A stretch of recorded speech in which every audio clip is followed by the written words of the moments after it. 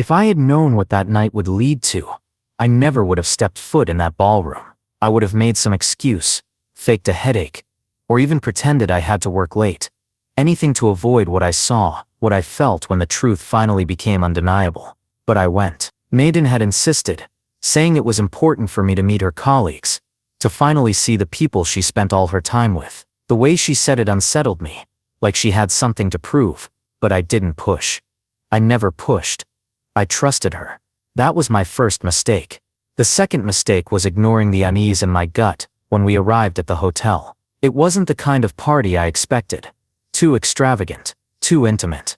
The kind of corporate event where conversations blurred and personal space became optional under the dim glow of chandeliers. I was never much for these gatherings, but I played along, shaking hands, nodding at small talk, watching Naden move effortlessly through the room.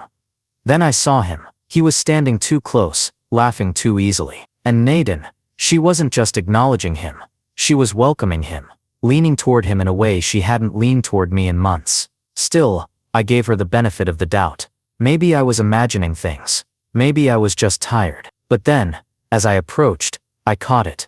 The way his hand rested on the small of her back, the way she didn't step away. And then the words that followed, spoken with zero hesitation.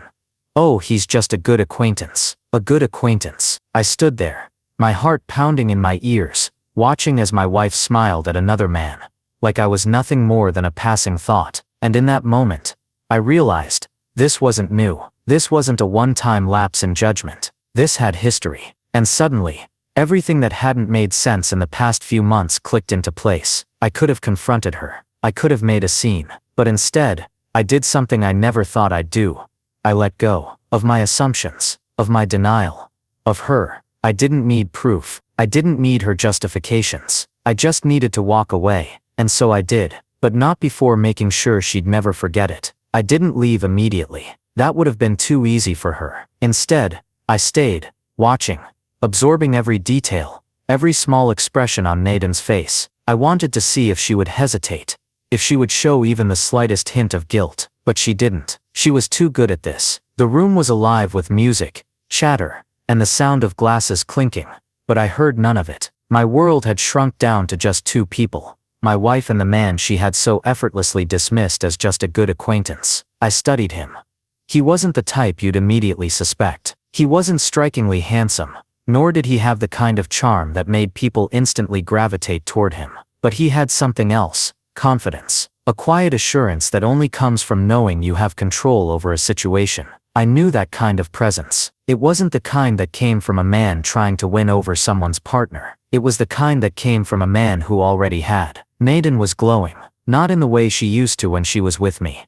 This was different. There was an ease to her, a lightness in the way she carried herself.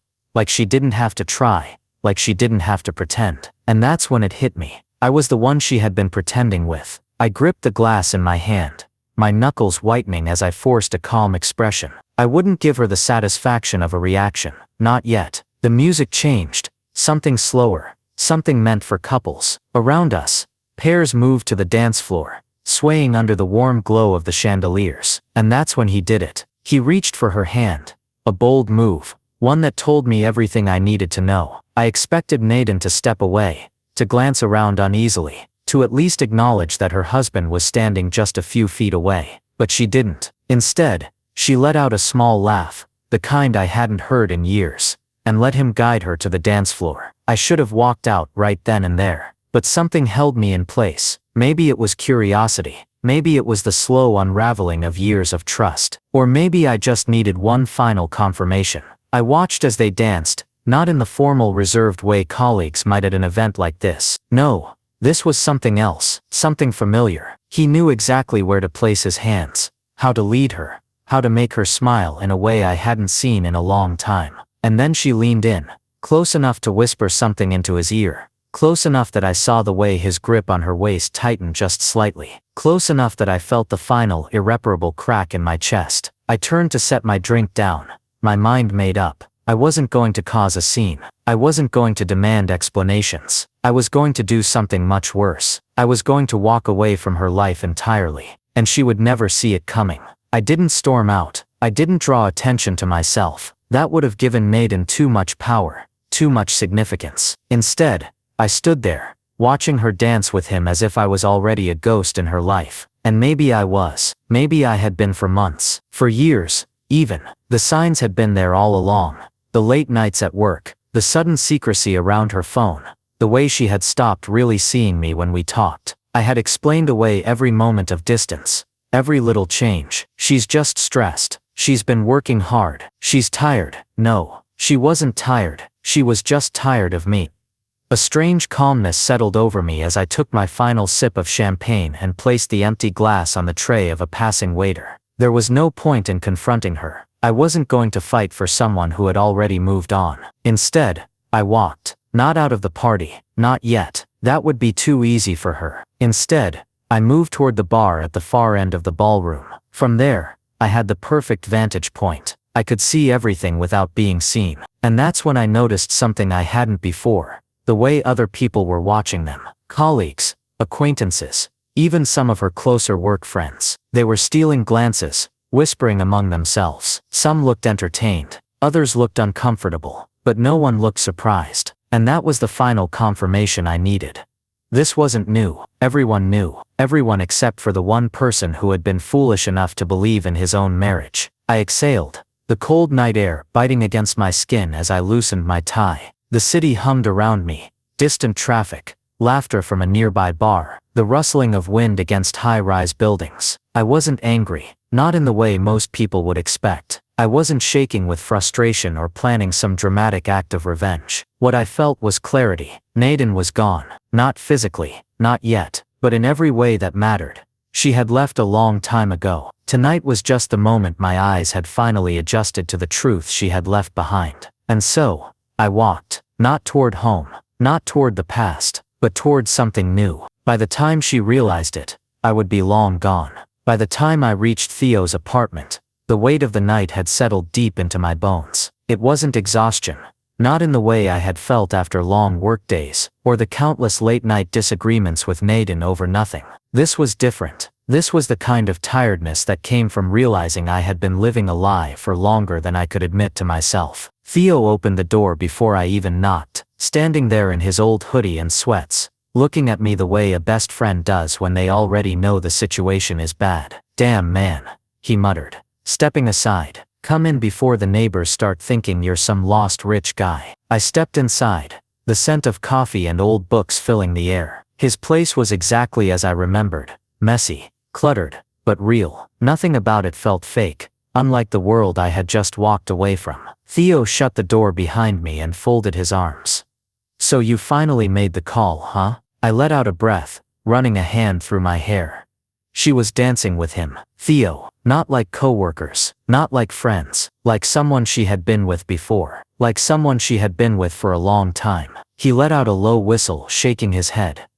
"Damn, and you just walked out? What was I supposed to do? Make a scene? Confront the guy? Demand an explanation?" I let out a dry laugh, sinking onto his couch. She would have just denied it. She's been hiding things for months, maybe years. Tonight I just finally saw it. Theo grabbed a soda from his fridge and tossed it to me. "So what now?" That was the question, wasn't it? What now? I twisted the cap off the bottle but didn't take a sip. Instead, I stared at it as if the answer might be swirling somewhere inside. "I'm not going back," I said finally. "Not to the apartment. Not to that life. I'm done." Theo nodded, as if he had been expecting that answer. "You need a plan, man. You can't just disappear and hope it all works itself out." But that's exactly what I planned to do. While I sat in that chair, holding that bottle, I made a decision. I wasn't going to explain myself to Naden. I wasn't going to give her the satisfaction of a confrontation. I was going to leave, not in a dramatic way, not in a way that would make her chase after me. No, I would be erased. She would wake up, reach for me in bed out of habit, and find nothing. No note, no message, no last conversation. She would check her phone, expecting to see one of my usual "let's talk when you get home" texts. She would check our shared accounts, our routines, our life, and she would find emptiness. Because when you break someone's trust, you don't get closure, you get silence. I pulled out my phone, scrolled through my accounts, and started untangling myself from everything. Shared finances moved to a private account. Insurance, her name removed. Rent, cancelled my portion. She could figure it out. Everything that tied me to her life, gone. She would wake up tomorrow thinking everything was normal. And by lunchtime, she would realize her world had shifted in ways she never saw coming. Theo watched me in silence as I worked. And when I was done, he simply nodded. Cold, he muttered. But I respect it. I exhaled, leaning back against the couch, feeling something I hadn't felt in years. Freedom. When I woke up the next morning, it wasn't in my apartment. It wasn't with the usual morning routine of hearing Nadine shuffling around, scrolling through her phone, pretending everything was fine between us, while she messaged whoever she thought I didn't know about. No. I woke up on Theo's lumpy couch, staring at a ceiling that wasn't mine, feeling lighter than I had in years. The previous night hadn't been a nightmare I could brush off. It had been clarity in its purest form, and I wasn't mourning it. Somewhere across town, in that pristine apartment we had built a life in, Nadine was waking up to an emptiness she never saw coming. I could picture it. She'd reach for her phone first, scrolling through notifications, half awake, expecting a message from me. Something mundane like want me to pick up coffee, or let's talk when you get home. But instead, she'd find nothing. No missed calls, no texts. She'd check the time, confused. She'd roll over realizing I hadn't come home. And that's when the first real wave of realization would hit. She'd sit up, check my side of the closet. Empty. My things gone. My laptop, my charger, my personal files, missing. She'd search for clues, something, anything. But there would be nothing to find. That's the thing about betrayal. People like Nadine expect confrontation. They prepare for it. They have excuses ready, half-truths rehearsed, the right mix of guilt and persuasion locked and loaded. They want a fight, because a fight means they still have control. But silence is what leaves them powerless. I checked my phone, half expecting missed calls. There were none, not yet, because Nadine still believed she could brush this off, that I was just being dramatic or sensitive. She thought I'd be back. She had no idea. Theo walked in, stretching, scratching his head, looking like a man who had witnessed far too much in a single night. He grabbed a coffee from the counter, took one sip, and gave me a knowing look. You good?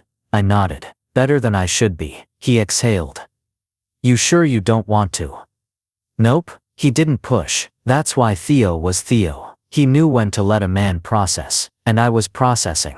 Not in the way people do after a breakup, where they analyze every conversation, replay every moment, search for signs they missed. No, I wasn't dwelling.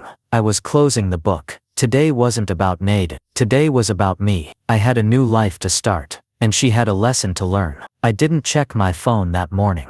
There was no point. Whatever texts or calls were waiting.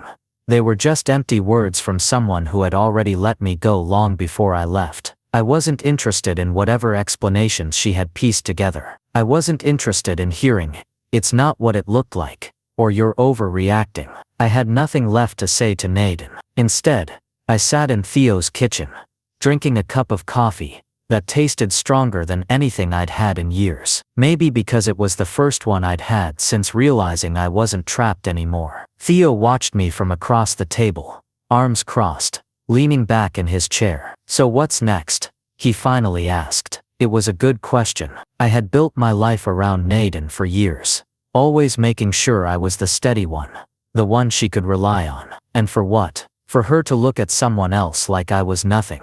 No, I wasn't that guy anymore. I took another sip of coffee, letting the warmth settle in my chest. I move on, I said simply. Not just from her, but from everything. Theo raised an eyebrow. You mean like ghost her? I nodded. She was going to wake up today, realizing she hadn't just lost me. She had lost everything I ever did for her. The next morning, when I woke up on Theo's couch, the world felt different. Not as though it had changed, but I had. It was strange, almost surreal, like I was standing on the threshold of a new life, and it was opening up before me without any barriers. But of course, I couldn't help but wonder what came next. Yesterday was just the beginning, and now I had to figure out how to navigate this new world I'd created for myself. While Theo was busy in the kitchen, I sat at the table, unable to shake the feeling that this change had actually happened a long time ago. even before I realized it. It wasn't some sudden decision,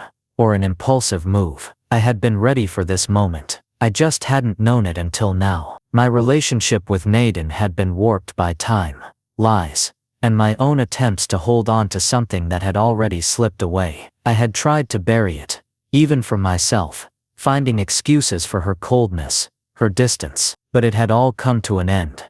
And last night had been the moment when I finally confronted the truth. While Theo was cooking, I couldn't help but think about what I would do next. Everything I had planned had once revolved around Naden.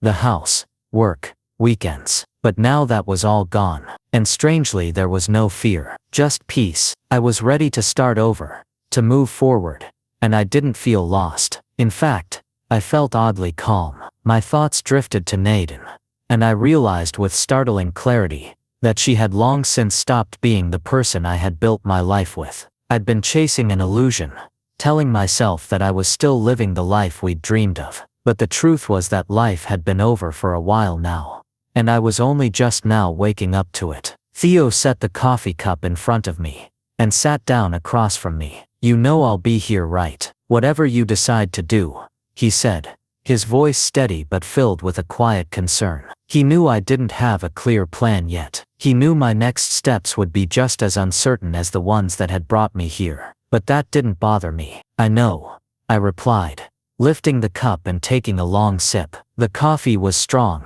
and I needed it. "I'm not alone in this." Theo smiled faintly and leaned back in his chair. "You've always thought you needed someone. Now you get to be alone.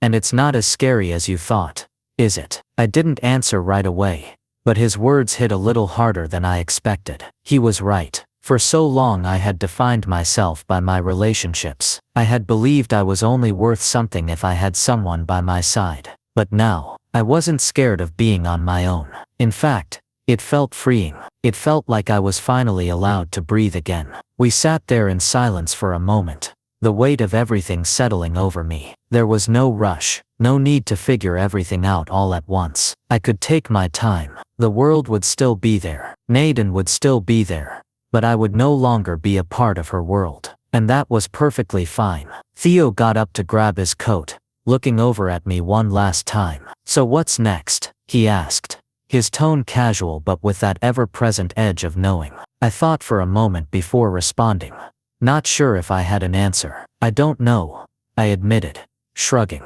"But that's the point, isn't it? I don't have to know anymore. I'm done trying to live up to someone else's expectations." Theo nodded, understanding more than I could express. He didn't ask any more questions. We both knew that this was a process I had to go through on my own, even if he was right there with me. After a while, we left Theo's apartment and went out for breakfast. We didn't talk much about what had happened. I wasn't sure what there was to say. The silence between us felt comfortable, as if we both understood the enormity of what I'd done. But we didn't need to spell it out. Not yet anyway. As we ate, I felt like I was observing my life from a distance, detached from it in a way that made me feel both empowered and numb. People around us went about their usual routines, oblivious to the fact that I had just upended mine. I felt strangely removed from it all, like I was watching someone else go through the motions of life, not participating but somehow still part of the scenery. It wasn't uncomfortable, just different. After breakfast, Theo suggested we go grab a drink. I agreed, more out of a need to keep moving, to keep the momentum going, than because I was particularly in the mood for company. I didn't want to sit still, letting my thoughts catch up with me. I wasn't running away from myself. I was just refusing to be stuck in the past. The bar we went to was quiet and dimly lit, the kind of place where you could get lost in the noise without being noticed. I found comfort in that. There was no pressure here, no expectations, just a place to exist for a while, to step outside of the person I used to be, and into the person I was still becoming. We sat at a small table, nursing our drinks, talking about nothing of importance. The world outside felt like it belonged to someone else. Maybe that was the key, accepting that the life I had built with Naden wasn't mine anymore. I couldn't go back to it, and I didn't want to. I wasn't just walking away from her. I was walking away from the person I had been, and that was the most liberating feeling in the world. Later in the night, as we left the bar and walked down the street, I could feel the weight of everything lifting. The anger, the hurt, the confusion. It was all dissipating. I was no longer tethered to someone else's narrative. I was writing my own story now. Theo gave me one last look before we parted ways. "You've got this," he said, clapping me on the back. "You're going to be all right." I didn't answer, but I didn't need to. I knew he was right. That night, as I lay in bed, staring at the ceiling, I couldn't shake the thought that the hardest part was over. I had walked away from Naden, from the life I thought I wanted, and in doing so, I had stepped into something far more terrifying and exhilarating: my own future. I wasn't sure what it would look like, but for the first time in years, I wasn't afraid to find out.